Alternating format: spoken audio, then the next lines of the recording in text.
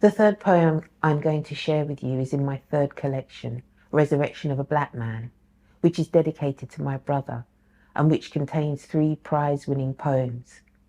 In this book, I try to create work that shows black men as complex, multi-dimensional individuals, as opposed to the limited and often violent stereotypes that are so prevalent in mainstream society. As with many of my poems, I don't know exactly where the inspiration came from for the poem Black Rapunzel, but the title clearly alludes to the fairy tale attributed to the Grimm brothers. In the most well-known version, a young girl is imprisoned in a tower by a wicked witch and cannot escape until she uses her long hair to climb down and free herself. Before this happens, we meet an heroic prince, and the happy ending is very far away from my poem, but there might be ways in which they overlap. I'll read the poem first and then try to point out some ideas I hope are of interest. Black Rapunzel. Family gathers in my plats, each parting like a grave for people forced to work the cane, colour of my scalp, sun beating on their crowns. I'll twist the strands into a rope, decolonizing hair, a diaspora wending back to help the ones in chains escape the transatlantic.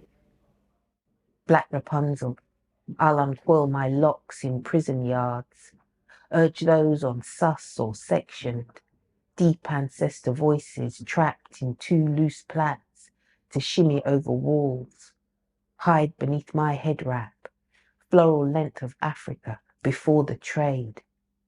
I'll carry them to safety, woven in my braids. We'll grieve till loss flies out, unbound at last. The first stanza begins, family gathers in my plats, a reference to the displacement black families suffered because of enslavement. In the case of black British families of Caribbean origin, this was from the African continent to the Caribbean, and then from the Caribbean to the UK. This double displacement could also be called a fracturing, which some would argue has led to transgenerational trauma. This can be described as occurring when an individual is emotionally overloaded by an external event for which they were unprepared. The devastating violence of enslavement could never be prepared for or sufficiently healed when it lasted for centuries and deliberately impoverished so many black people. Even when they were apparently emancipated, they still found themselves without land or any financial compensation. This was particularly unjust, as former enslavers not only kept their land, but were given financial compensation for the loss of enslaved labour. The first stanza of the poem references this history in the lines, "For people forced to work the cane, colour of my scalp." I use the image of plaits because black people's hair has been universally denigrated and held up as inferior to white people's hair for centuries, often seen as a symbol of wildness and an uncivilized mess. In her critically acclaimed non-fiction book, Don't Touch My Hair, Dabiri examines the way black people's hair has been stigmatized as a way to justify racism. She writes movingly, "From my earliest memories, my hair was presented as a problem that needed to be managed. The deeply entrenched idea of managing black women's hair operates as a powerful metaphor for societal control over our bodies at both micro and macro levels. Whether it's historic bondage during the transatlantic slave trade, or indeed the attitude of the education system, the thousands of black women held in immigration detention centres today, or the disproportionate number of black women in prison. In the US, black women are incarcerated at 4 times the rate of white women. Our bodily autonomy cannot be assumed." In my poem, I want to try and reclaim black people's hair as beautiful and as something that offers a chance for healing. But there's also a recognition of the damage that has been done to black identity in the line, "sun beating on their crowns." The word crown suggests something regal, but the sun, which is a symbol of vibrancy, also did untold damage. As I said earlier, the average life expectancy of enslaved people was only 7 years.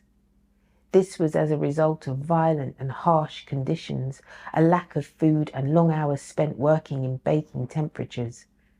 It might also have been related to the deep grief enslaved people must have felt at being imprisoned in a barbaric system that was sanctioned by the British government. The third stanza of the poem, "I'll uncoil my locks in prison yards," refers to the disproportionate number of black people held in British jails. According to an article in The Guardian in 2019, black and minority ethnic young men make up over half the prison population, whilst only representing about 14% of the general population in the UK. This could be seen as indicating there is systemic racism in the criminal justice system. But whatever the truth, I wanted to address this issue and attempt to offer some sort of healing. I also wanted to do this when it comes to the number of black people who are judged to have mental health issues and who are forcibly detained. According to a recent government report, black people are 5 times as likely to be sectioned as white people. This is a shocking figure and suggests black people are all too easily dismissed as violent, angry offenders. In the poem, I long to offer escape to those who have been wrongly detained as a way of healing myself. The mention of my head wrap is very personal, but also references the African continent and an imagined time before transatlantic enslavement, where the vulnerable could be carried to safety woven in my braids.